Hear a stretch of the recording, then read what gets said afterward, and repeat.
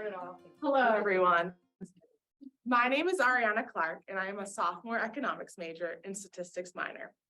This is my first year on the planning committee for the Women in Business Conference and second year attending the conference. I am honored and enthusiastic to be here today in celebrating 50 years of coeducation at the college. Thank you to everyone for being here today. It is my pleasure to introduce this session, Emotional Intelligence, Experience It, Elevate It. I am incredibly grateful to be joined here today with Laurie Tarpey, class of 1981. Laurie is an executive coach, consultant, and board member for mission-driven organizations and leaders. She has been a CEO, CFO, and COO of nonprofit and for-profit organizations with revenues up to 100 million. In 2013, following informational interviews, nonprofit training, and pro bono consulting, she joyfully switched from the corporate to nonprofit sector. She has her BA in economics accounting from Holy Cross and MBA from Harvard Business School. Just recently, Laurie gave a live TEDx talk called Corporate to Nonprofit Sector Switchers, All Blunders. The video will be posted late 2022, early 2023. Without further ado, I will turn it over to Laurie. Thank you, Ariana. And thank you for your partnership. Ariana was my assigned partner from the Women in Business Committee to sort of shepherd me through preparing for this, and she's been really helpful. So thank you very much for that. Thank you so much. Good morning. Welcome, everyone. I'm really excited to be with you today to talk about this.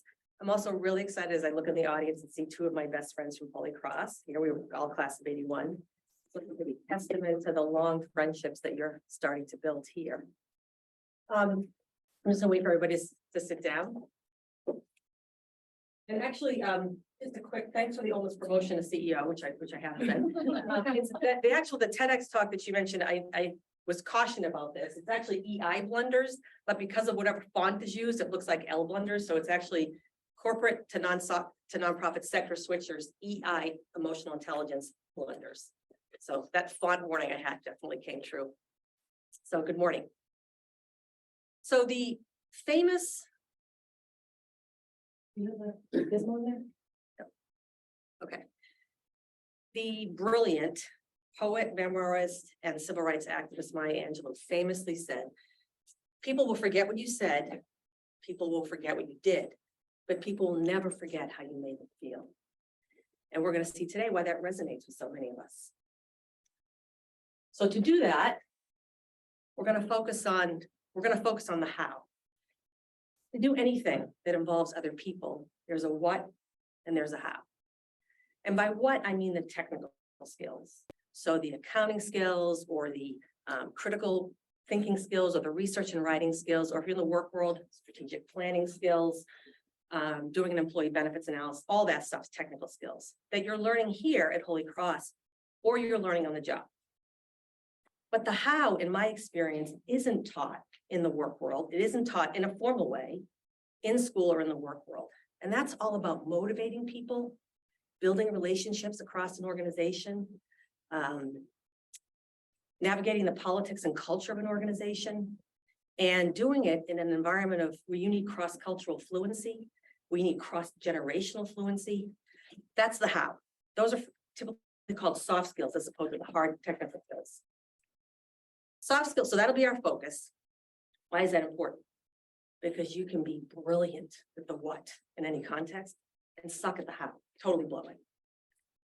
So the how is actually linked to the science of emotions in three ways: how we think and make decisions, how we behave, because we all know that our emotions show up in our body language and our facial expressions and our tone of voice, and then how we perform. Because think for a minute about how you perform when you are intimidated, stressed, undervalued, not recognized, versus how you perform when you are supported, engaged, recognized for your contributions.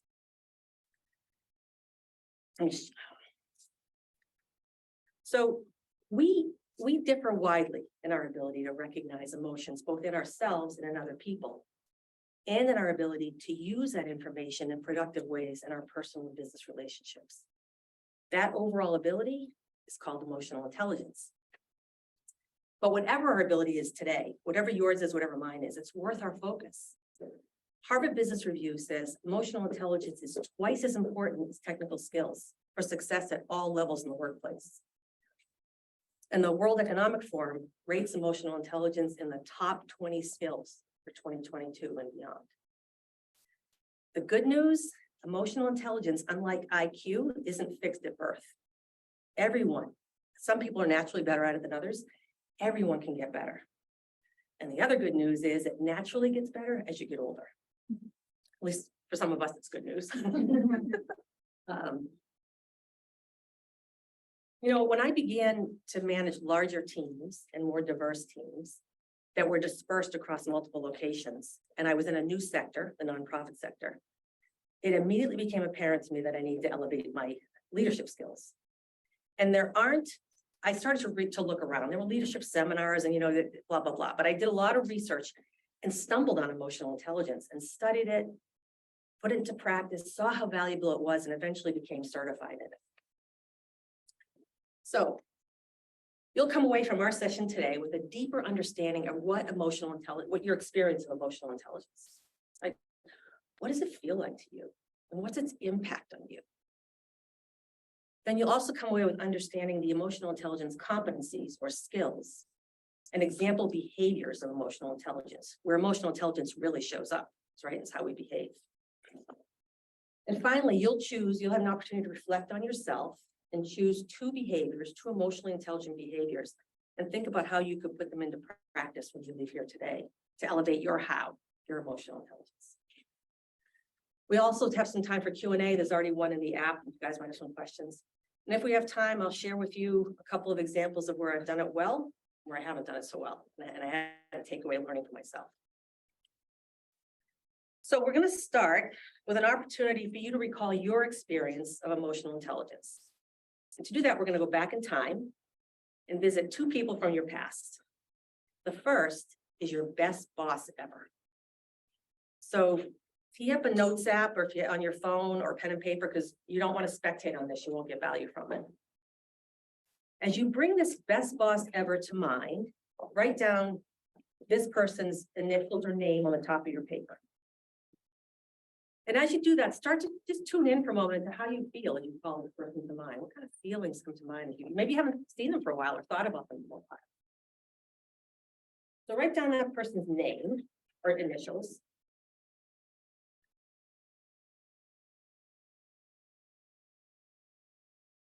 I'm going to mention 6 behaviors one at a time that I'll put up here one at a time, and ask you to rate this person on a scale of 1 to 5 based on how well this person demonstrated those behaviors.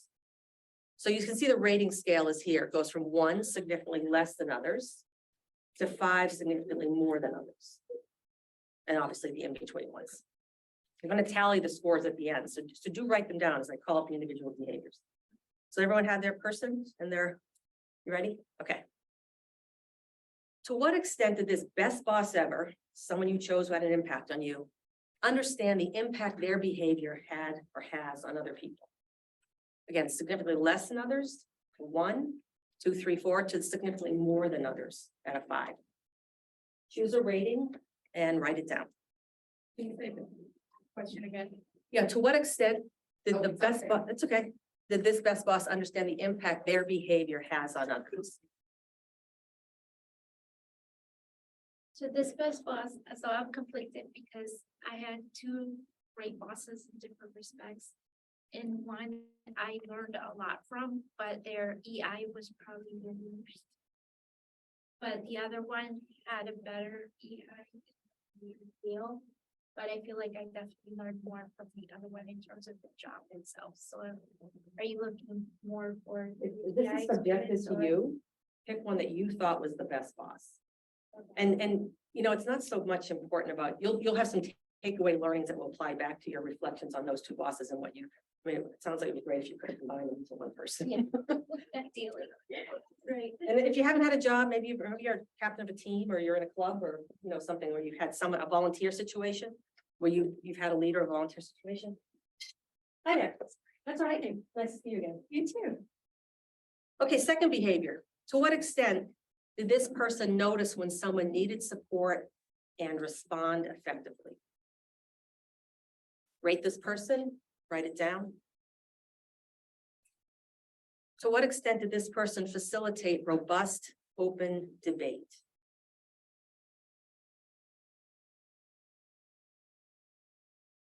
To what extent did this person explain the rationale behind decisions made?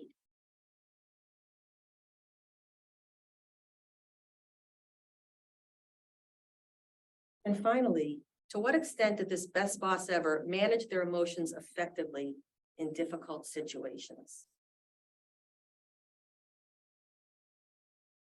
So tally up your scores. You should have something between 6 and 30.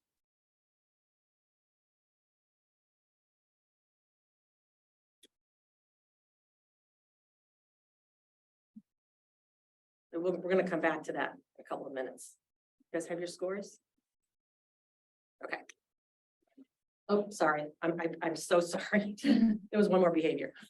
I apologize. I should have numbered these, but there was like the numbers down here and it's like, I don't want to, anyway, sorry, I just confused myself. To what extent did this person help you understand your purpose and contribution to the organization? Sorry to mess up your math there, guys. There was one more.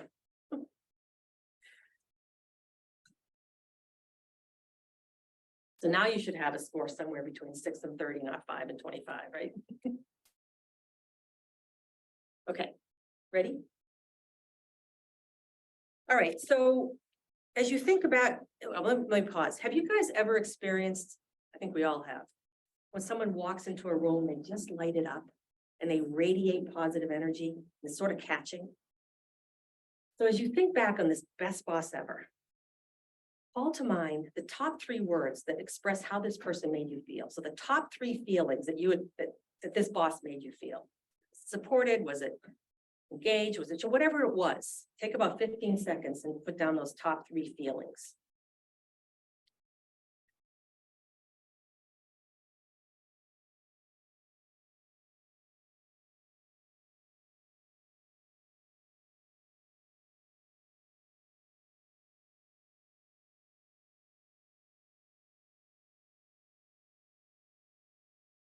Okay, and finally, as relates to the best boss, I'm going to ask you to rate this best boss on a score from 1 to 10 on how engaged you were because of this boss. So by engagement, I'm not talking about how hard you work. You're all hard workers. You're here. You're probably working hard no matter what. But putting aside your own motivation, to what extent did this leader make you want to go beyond the minimum when you had a choice? Made you want to go the extra mile, made you want to put out your best, maybe helped you realize your best results ever. To what extent did this boss motivate you in that way? If it's great, 8, 9, 10 would be incredibly so. 1, 2, 3, no effect. I was there for the paycheck. Or if I did more, it was because I wanted it on my resume or I was just driven on my own. But this boss had no effect. And then in between 4 to 7, be sometimes, sort of. Okay, so write that down, your engagement score. Okay, so now put all that aside for a couple of minutes. We'll put aside if you have your app up. We're going to do the same activity with your worst boss ever. Well, think about your worst boss you ever had. Maybe some of you hope you'd never think about or see again. As you call this person to mind and put their initials down at the top of the paper, their name, kind of just tune in for a second about how you feel in your gut. Any change in your affect and how you feel? Just think about that for a minute. So get this person, put their initials down, their name. I'm going to rate this boss as well. See if I can remember them all this time. So for this worst boss ever, to what extent did this worst boss understand the impact their behavior has on others? 1, significantly less, again, to 5, significantly more. Write it down.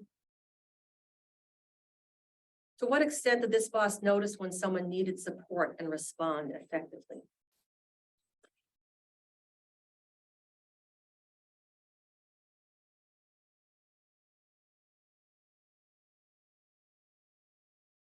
To what extent did this boss facilitate robust and open debate?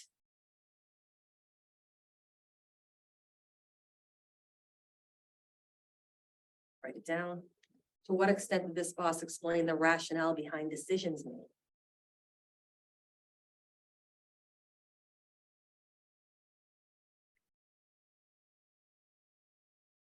How about managing his or her emotions or their emotions effectively in difficult situations?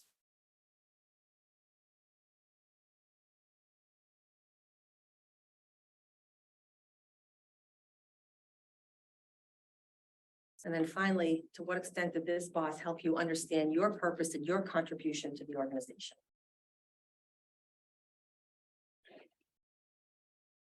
Again, add up the ratings, tally a score. You should have something between 6 and 30.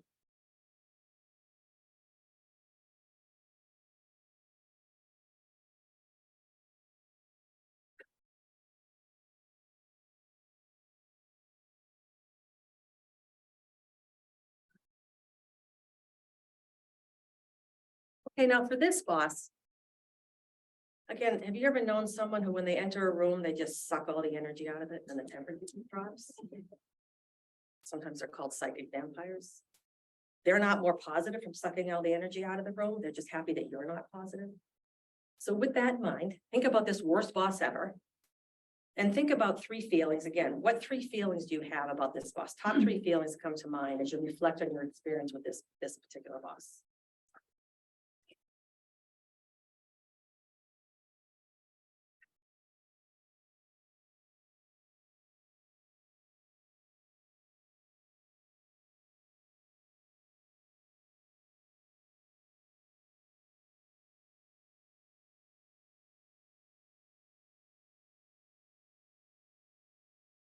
And lastly, an engagement score.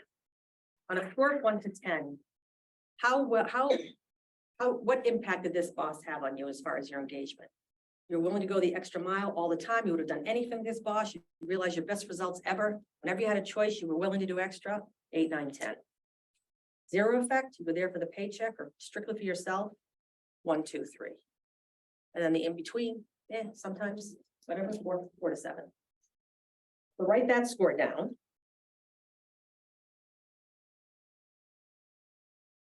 Now we're gonna just give us a moment while we move these flip charts into the middle of the room.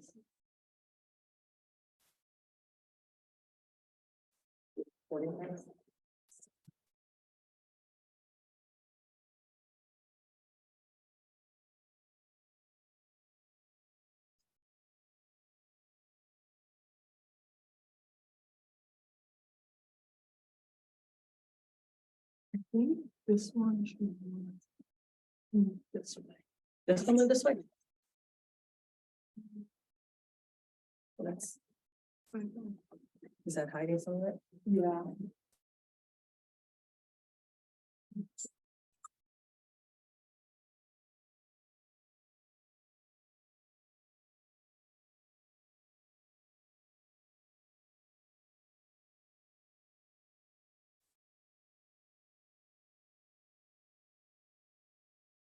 All right.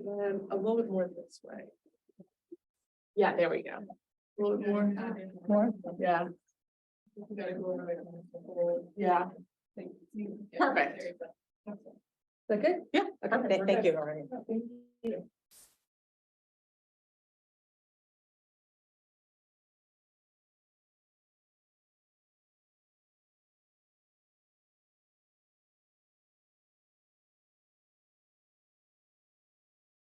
Okay.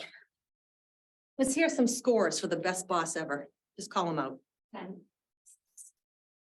27. Oh, sorry, score, not 28. A score of sorts. It's just we're not quite there yet. So I should have specified that I meant, 28.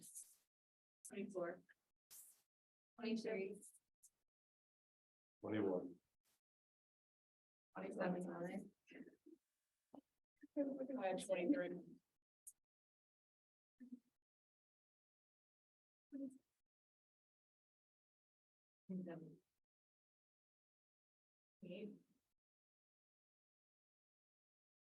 21. 25. 27. Anybody else burning to put the number up here? No, they don't see it up here already. You good? Okay. Right. Worst boss scores. Well, And 11. 13. 10. 11.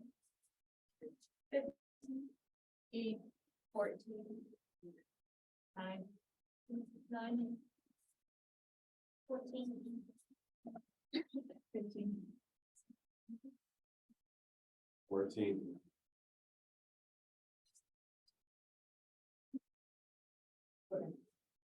All right, how about feelings, best boss feelings? Valued. Comfort. Supported. Heard. Confident. Familiarity. In fact, did you say competent or confident? Confident. Competent. Familiarity. Sorry, familiarity.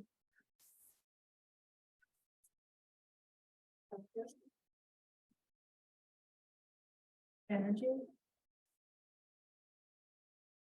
Challenge.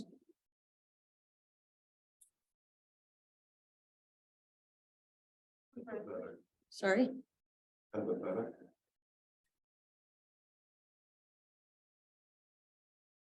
this is something. Camaraderie.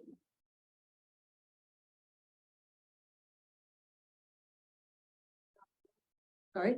Unstoppable. Oh, wow. That's amazing. I'm not gonna win any prizes for handwriting, as you can see.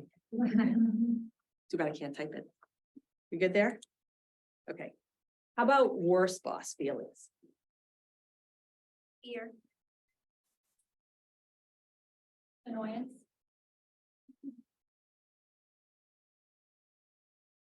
Undervalued.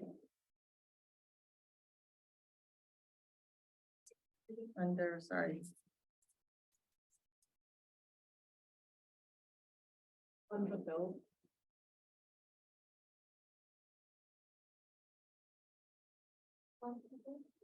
Uncomfortable?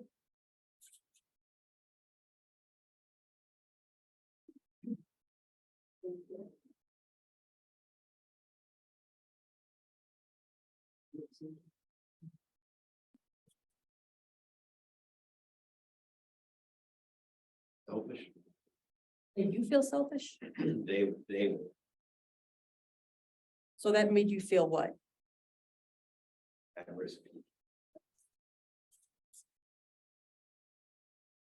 Needed.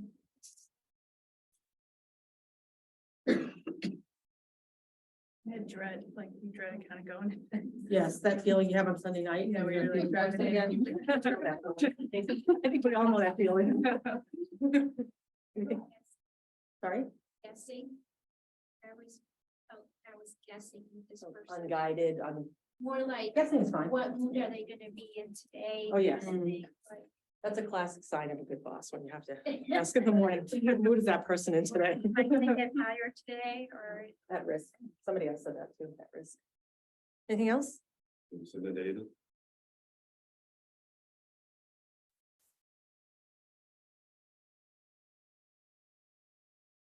Okay.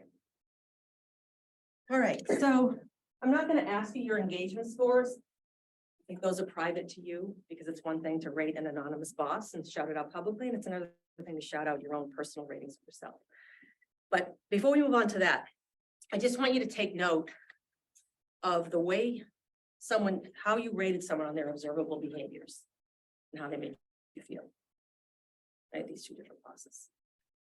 On the engagement scores, although I'm not going to ask you to shout them out, I would ask you to take note of how this correlates with your engagement scores.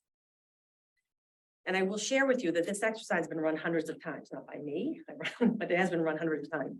And what always shows up is the bosses who show up and rate like this in these observable behaviors, who make us feel all these horrible things, have the worst impact on our engagement, the worst impact on our ability and our motivation to do our best work. Whereas the best bosses who rate high on these observable behaviors and who make us feel all these things have the best impact on our engagement, on our ability to do our best work, on our ability to do our work our hardest. Which is one key insight at this point in our session together, which is to make that connection. So I'm going to move these out of the way again, if you don't mind.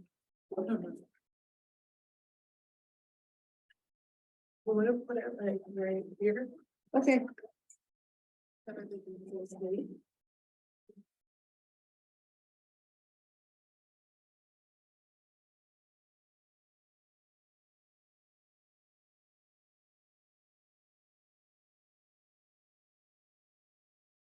That licking the finger thing that I thought I had quit during COVID.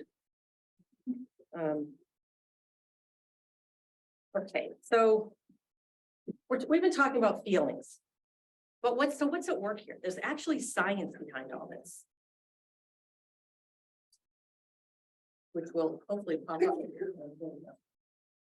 Neuroscience research has shown us that whenever an event around us occurs, such as the way someone talks to us in a meeting, the first thing that happens is that our emotional brain, also called the limbic system, tags that event as either a reward or a threat. And that tag is an emotion. Reward emotions are typically positive, and threat emotions are typically negative. We experience a flow and a range of emotions throughout the day in response to every event, every person, and every situation we encounter. So thinking back to the activity we just did, each of those behaviors you rated your boss on created an emotion in you. And if your boss exploded in difficult situations, that created a negative emotion in you, would have been tagged as a threat.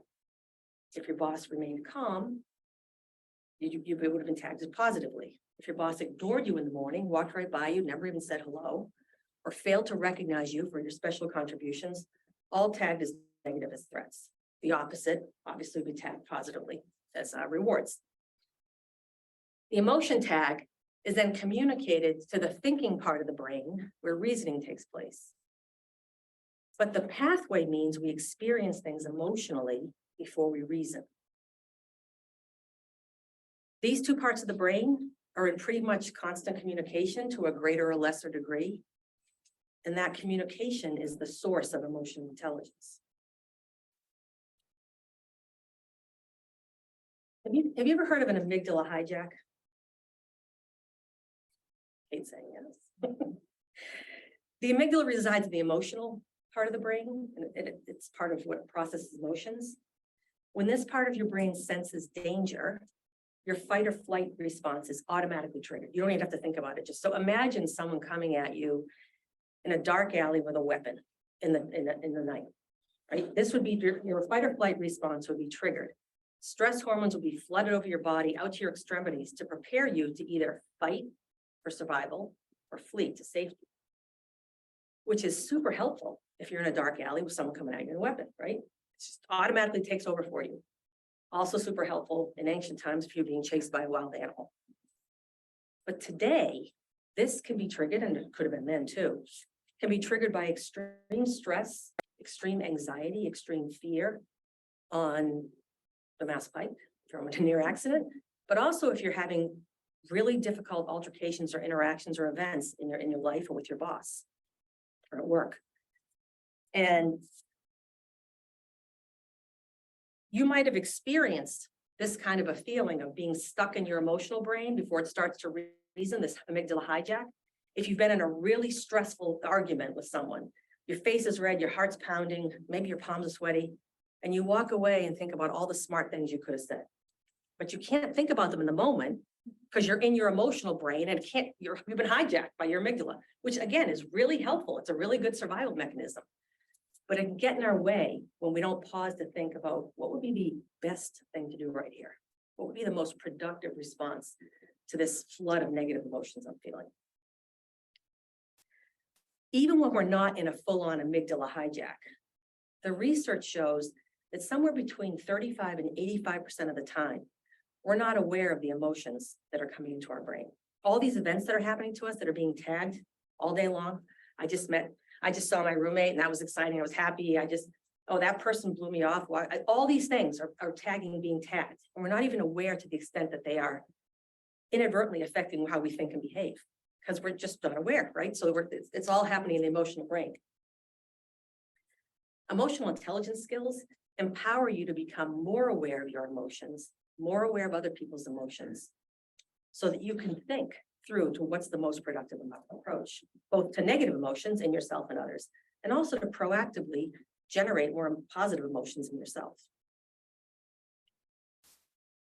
You remember in the beginning of today's session, I talked about the how we get things done being our focus. That's all about connecting, communicating, and collaborating. Emotional intelligence skills help you do the connection, the communication, the collaboration, the how better.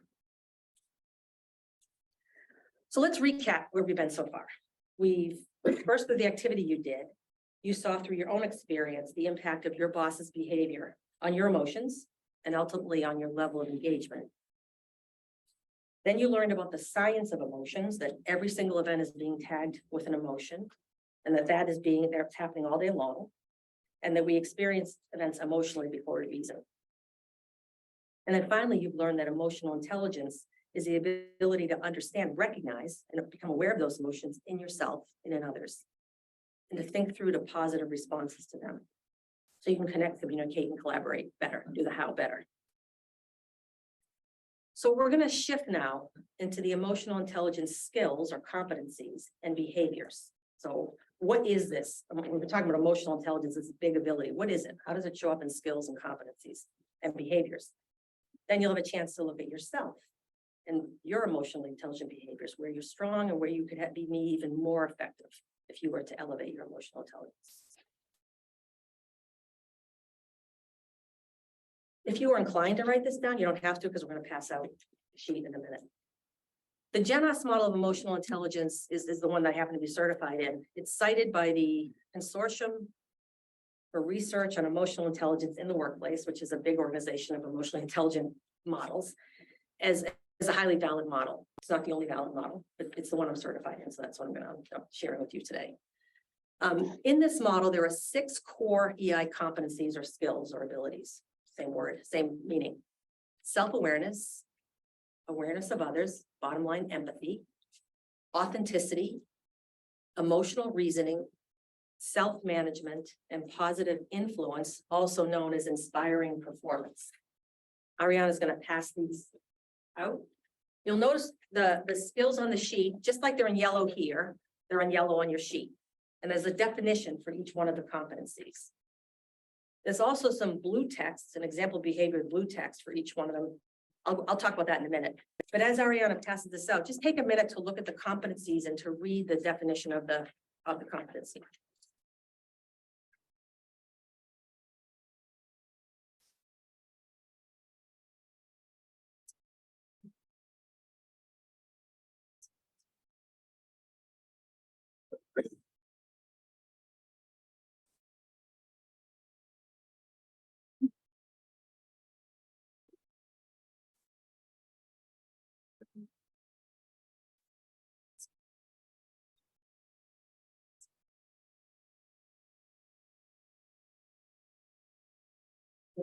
Yes, this now.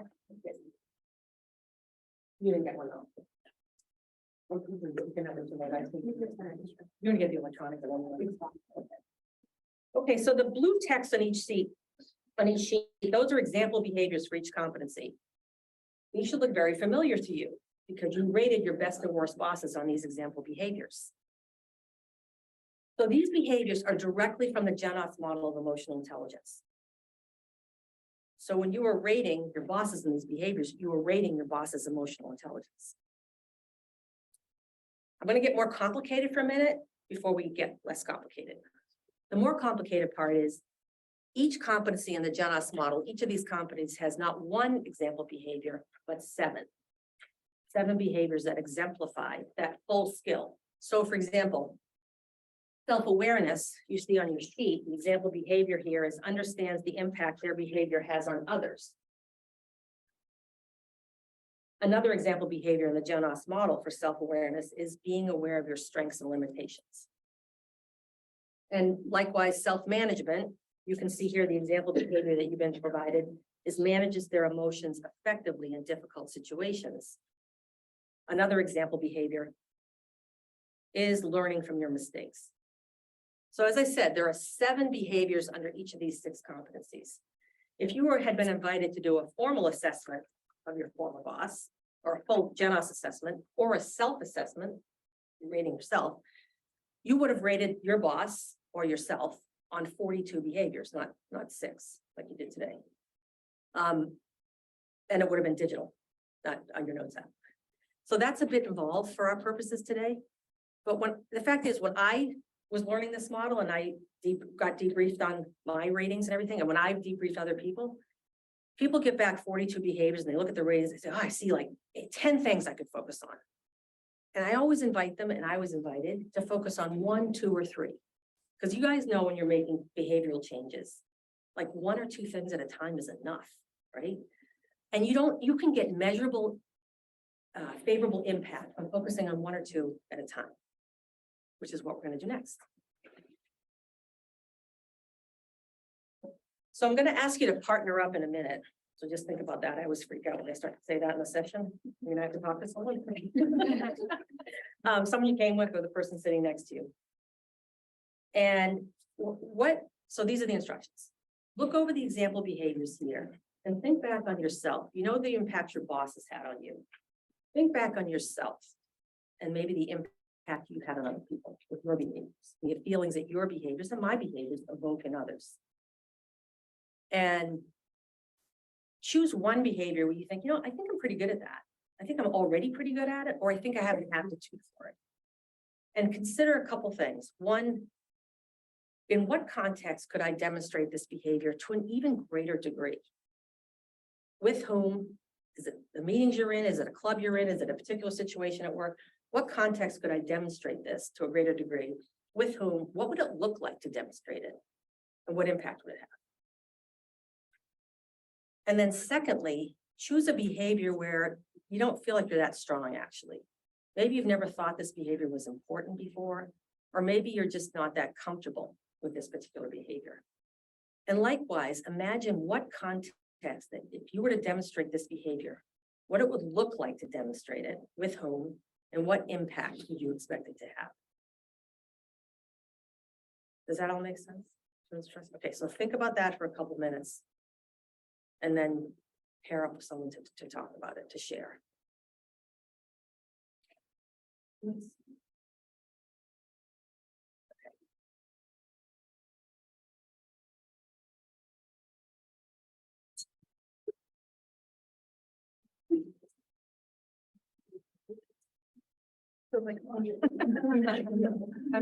Hi, I'm Jen.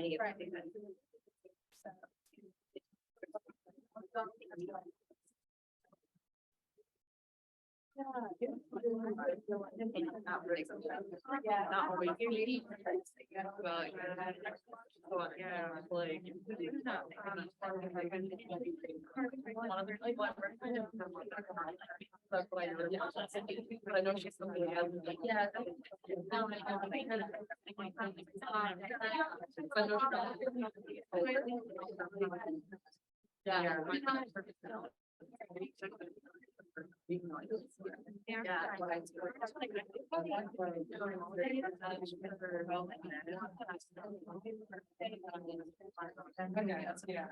no,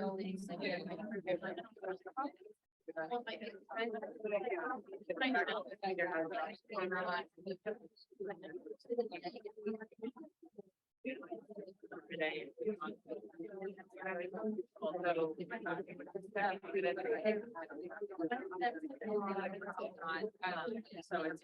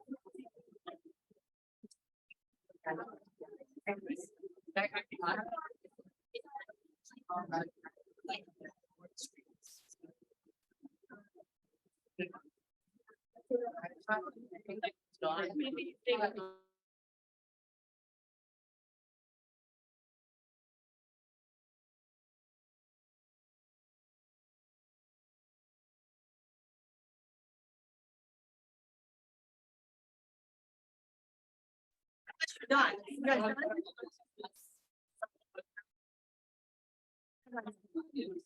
Couple minutes, 1 or 2 minutes.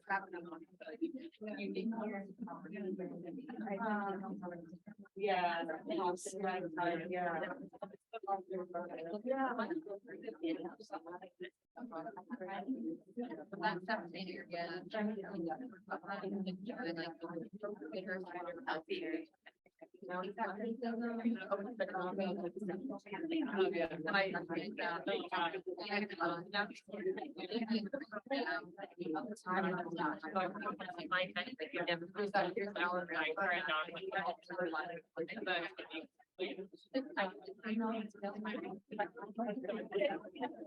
It's like everybody, and then I also have like.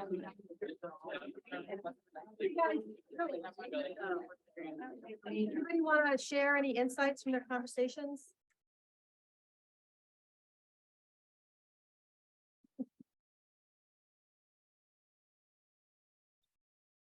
What did you say? Sorry, does anyone want to share any insights from their conversations? Yeah, sure. So we found out we're a little bit opposite. With their experience, yeah. So Kay was saying that one of her strengths is really the authenticity.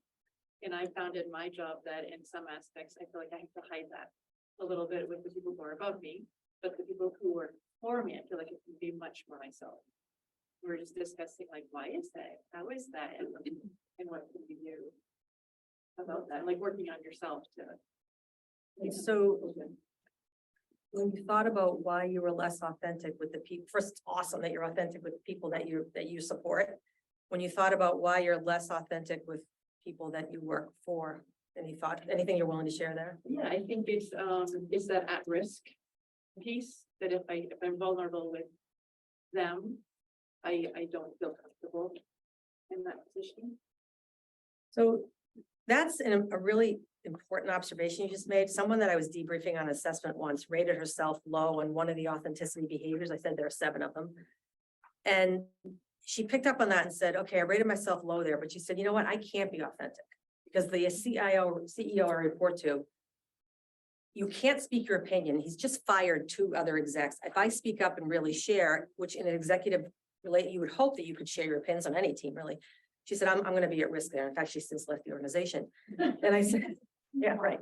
So I said, well, that seems to me to be pretty smart, actually. You recognize, yes, you're being less authentic. So, okay, but you're using emotional reasoning, which is blending your awareness of your emotions with the facts and circumstances of the situation to think through the most productive approach. It sounds like the most productive approach is to not be authentic with this boss, right? Right. So this is some of the nuances that you get when you start putting your observation of the skills together, you start to see. Sorry about that. And in fact, I too just left my job. I just started my own company because I couldn't be inauthentic. Yeah. And, So that was so important to you that, yeah. thanks for sharing that. Anyone else? Yeah, we actually kind of off of that, we were saying that we recently graduated, so we felt a little bit more nervous in our jobs that we couldn't be ourselves completely or be authentic because I guess we didn't want our managers to not think we were competent or think we were questioning them because we were entry level. So how does that make you feel? I think I've gotten better because it's been 2 years and like I've moved up in the organization, but I think it made me nervous that like maybe they wouldn't accept who I was, so I didn't really like speak my mind all the time. So when you think about a behavior that you're strong in, do you want to share anything about that? Yeah, That also sounds like emotional reasoning also, to be honest. Yes, I can't be authentic, but I did just start here. And I don't want them to think that I know exactly how the whole place should run in, the first 10 minutes I'm here. That's actually emotionally intelligent. don't go in and start acting like I'm like the CEO Yeah, or something. not to say you guys won't have good ideas, because that's something that the older generations need to recognize. So let's hear some voices and stuff. So anyway, go ahead. Yeah, I think both of us said we were really strong in the awareness of others and like noticing when coworkers show up and they're maybe anxious or like burnt out is something that I've noticed at my company. And where I think like I could definitely be better is what's the professional boundaries and when I can reach out and not take up their time. Because if they're busy and burnt out, they might be busy doing all of their stuff at work. So I don't want to interrupt that and reach out, but also like knowing when to do that. Has that worked for you? Have you gotten good? Yeah, I think I got better at it over the last year or two, because if I notice somebody's struggling, even if they're higher up than me, I might reach out, but without taking up too much of their time. Or maybe instead of saying, hey, are you okay? Just kind of slacking them, well, messaging them at work, and kind of like asking a question. It's not directly, how are you feeling? But maybe they'll respond a certain way that I can tell. That's actually pretty nuanced. That confronting someone directly with how are you feeling somebody might not really want to go into it all. But if you're kind of like, hey, do you need any support with X, Y, or Z, or however you phrased it is another way to support them without necessarily making them tell you that, whatever's on their mind right now, they might not want to share. So yeah, that's a great example. Thank you. Anyone else? You want to hear some of my examples of when I did it well and when I didn't? So when I didn't do it well, and this is after I'd had this training, by the way, so which is to point out you're never done growing in emotional intelligence. You can, because it changes in every context too. The stuff you can do and the way you can interact with people in work versus home versus your friends. It's all different, right? What you can say and do and how, anyway. So I serve on a board and I'm on the executive committee of the board. So I've been on this board for 4 years. It's a nonprofit and it serves children. So the environment and the culture is very empathic and kind and gentle, which I've noticed is pretty more common in the nonprofit sector anyway. It tends to be a more empathic environment, which is great. But it's even that much more gentle in this environment because the mission is to serve children in childcare. The people that go into that, right, are tuned into children and their needs. So I do this as a volunteer. You don't get paid to be on a nonprofit board, or most nonprofit boards you don't. And I would have to jump into all these meetings and jump into the executive committee or the finance committee meeting. And there'd be an agenda and all that. And I was running around with my regular job all day. Then quick, okay, 12 to 1, I have this executive committee, and 1 to 2, I have to do this. And so when I asked the CEO of this nonprofit for some feedback, I asked her to do a rating on me actually. So all my ratings were coming back great. And I was like, I'm so awesome. Why don't I practice some humility? And then I opened this one and said, well, here's your opportunity. So her feedback was not being aware of the impact of myself and other people was one of the things, not necessarily creating a positive environment, getting some low ratings of that. So I thanked her. Thank you so much for this feedback. And of course, I go through the usual defensive mechanism. Well, that's because of this, this, and this. Like, yeah, that's really not the point of this. This is her reality. This is the reality of the people that, that I'm working with. And so I said, can you share more about that? Can we talk about that? And so we got talking and I was too, you're always balancing ego, results, and relationships. Hopefully ego is really in check, but you're balancing results and relationships. I was being too results driven when I went to those meetings because I was running around too much before the meetings. And I just was going in and saying, what about this, and the finance and the people on the other end of that. And I mean, I'm exaggerating to make a point, but I realized I was in an even more gentle environment, an environment that she had created as a CEO, where people got a lot of positive feedback. Genuine appreciation was expressed frequently. It doesn't mean that they didn't get the work done. It doesn't mean they didn't get constructive feedback, but it was an even much more, so that context, I had not tuned into the fact that that context was different than some of the other, and way different. My husband has been a tech CFO. The stuff he can say to people, I was like, first of all, as a woman, I could never get away with that without being called, like Erin was saying this morning. And secondly, in the nonprofit sector, I could never say that. So I thought I had made that adjustment, but the fact was this environment, I hadn't tuned in.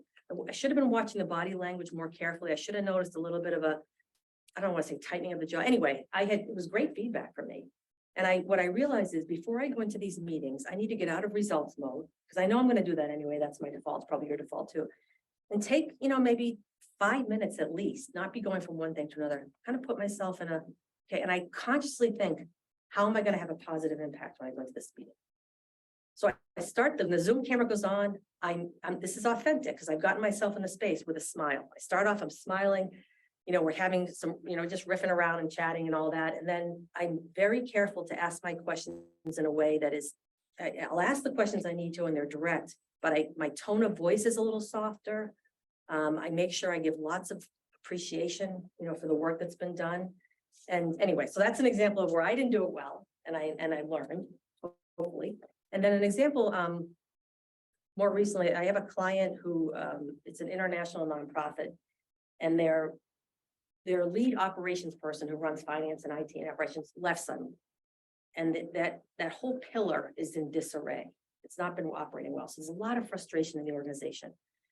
And so I've been engaged to do an assessment of this pillar and do a new org chart, or I learned a new word, organogram. That's the non-US word for org chart. I think it's much more elegant. So do an organogram for this pillar. Who are the people, who are the players, and what are the job competencies, et cetera. And so, okay, so that sounds really interesting, right? There's, like I said, a lot of frustration, a lot of people pointing fingers at the people in the operations team. So I have to go in and introduce myself to this operations team. And I did it in small groups. And I could walk in and say, well, I've been engaged to do an assessment. So I'll be figuring, here are my deliverables, and I'll be doing job competencies, and I'll be writing your job description and figuring out if you need training. And yeah, so I'll be interviewing, this is the introduction. I'll be interviewing you at some point to find out more about what you do and, blah, blah, blah. And I could do it that way. And I consciously thought, okay, these people, self-awareness of others, they have to be feeling really at risk. They have to be feeling really frustrated because everyone's blaming them and they don't feel like they've been given the resources to do their job. They've got to be scared. I'm older and more experienced, which already can be scary, or less. I guess it depends on how you react to that. And so when I went to these meetings, I right up front said, I made sure when a camera came on, I was smiling. And at first, it's so nice to meet you. This is an amazing mission you guys serve, which is all authentic, but I took the time to think about saying those things. This is amazing, this mission you guys serve. And I never knew this, and this about this particular mission they serve, but I don't want to keep it confidential, so I won't say. And then I just want to share with you, a little bit about my background. I'd love to hear more about yours. Who should go first? Who would you like to intro first? How can I give them a little bit of power in this situation, even if you want to go first? And then explain to them what I was engaged to do, because I had to be transparent about that. It wasn't a lie. I've been engaged to do this. And I just want you to know, and I found in these situations before that usually you guys are going to have feedback too. That when people say it's all the finance team's fault, or it's like, usually there's, feedback is a two-way street. So I'll be really interested to hear what your thoughts are, what your pain points are, which is also authentic. Not just their pain points, but yours, and maybe what ideas you have for how it could be done better. You're on the ground level of doing this, not me. So I really would love to hear what you think. I bring my experience, but I don't have experience with this company. And I also acknowledge I said, I know this is a really disruptive time for you. Not only has the organization grown from 6 people to 130 people, operating in, I don't know, 3 countries to 9 countries in the last 6 years. But you just lost your boss who was only here for a year. So this is, now you've had 2 bosses in 2 years. So I know this is a really disruptive time. And on top of that, here's someone coming and doing an assessment. So I just want to put it out there that I get that it's disruptive. And my approach with everyone that I interview and as I learn about this is going to be, I'm going to invite candor because they're frustrated, and frustration is a great sign that something's wrong. But I'm also going to invite kindness, and I commit to that too. Candor and kindness. And so it just had a nice impact on them. And one of them in this group I eventually had to ask her to do, the payroll person went out on leave the first 3 days I got there. So I mean, you got to do payroll on time, right? There's no one in the organization now who knows how to do payroll. By the way, there's now no one in HR because the head of HR is on paternity leave. And anyway, so I'm like scrambling over the weekend. How can I outsource this and blah, blah, blah. But then I saw this person used to do payroll. So I went to her and said, would you be willing?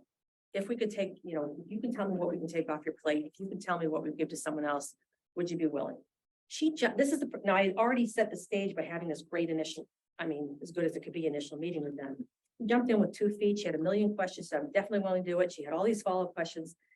And I said to her the next day after she asked a bunch of questions to make it clear she was doing the job so well. She was so diligent. And I said, do you have time for a quick Zoom? So we hopped on for about 5 minutes. And she hopped on and said, thank you. I said, wait, I asked for the Zoom to thank you. I said, you have jumped into this with a smile on your face. You all these follow-up questions, the diligence. So appreciate that. And she actually got tears in her eyes. And I thought, when was the last time this person was recognized for anything? I'm new there. It's not like I'm her regular boss. She's known me for 15 minutes, 2 days, whatever. That's, so the impact of that you can have on someone from seeing them and recognizing them and appreciating when they go the extra mile. So that was the time I did it well. So I want to just look at the time for a minute. Okay, so I got to do this really fast. So this is the tagline for Genos, the company that I mentioned to you. Game changing for business, life changing for people. Notice they've extended the impact of emotional intelligence beyond the workplace, which is mainly what we've been talking for the rest of your life. And I wanted to share with you that a 2020 article on emotional intelligence in the Harvard Medical School Guide tells us that EI has a powerful effect not only on our ability to succeed in school and in work, but also on our ability to foster long-term relationships with friends, family, and romantic partners. The article cites an 80-year study that demonstrated that people in strong relationships with friends and partners were less likely to develop chronic physical and mental health problems, even if navigating those relationships was sometimes challenging. We all know that relationships aren't always glamorous and fun, right? Sometimes they're nitty-gritty, humbling work. But emotional intelligence skills, this article tells us, empower us to navigate those relationships and to build those strong relationships that are protective of your health over the long time, strongly influence your physical and mental health. So while elevating your EI is essential to your success in the workplace, it also has a big impact on the over the long term of your mental and physical health for the rest of your life. Thanks.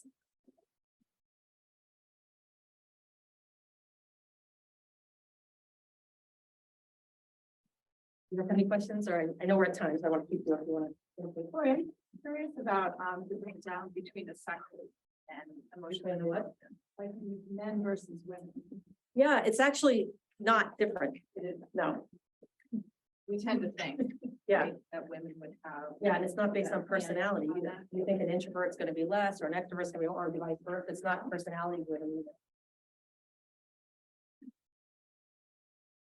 What would you say, like, for example, just sharing with her that in my experience, from going from being an employee to now being a boss, I've taken to heart trying to become the boss that I wish I had had, and how to balance, like, being an emotional terrorist with going to the other extreme of, being too nice and being taken advantage as a boss. Yeah, emotional intelligence doesn't mean that people aren't accountable for their work. And we didn't have time to get into a long thing on this, but I'll say briefly that Dan Goleman, who I think of as kind of the father of emotional intelligence, who wrote the most read article ever on Harvard Business Review called "What Makes a Leader." It's been out there for a while, but it's worth a read. He also wrote a book on emotional intelligence called Primal Leadership, which is a fantastic book. I read it. It's been republished a bunch of times. In it, not only does he talk about EI, but he also talks about 6 different styles of leadership. From command and control, which is like the dinosaur of leadership styles. But if you came of age, work age in the 80s and 90s, it's pretty much all you knew, right? If I say it, you do it. I don't want to hear your question. Unless you don't know how to do it, then you can. But I don't want to hear your input. So command and control. Great in a crisis. When we were in the middle of COVID and my boss called and they asked a couple of people on the executive team, should we go remote? Yes. He didn't do a focus groups. He didn't go around and say, what does everybody think? It was like a crisis, right? We don't want, that's good, command and control.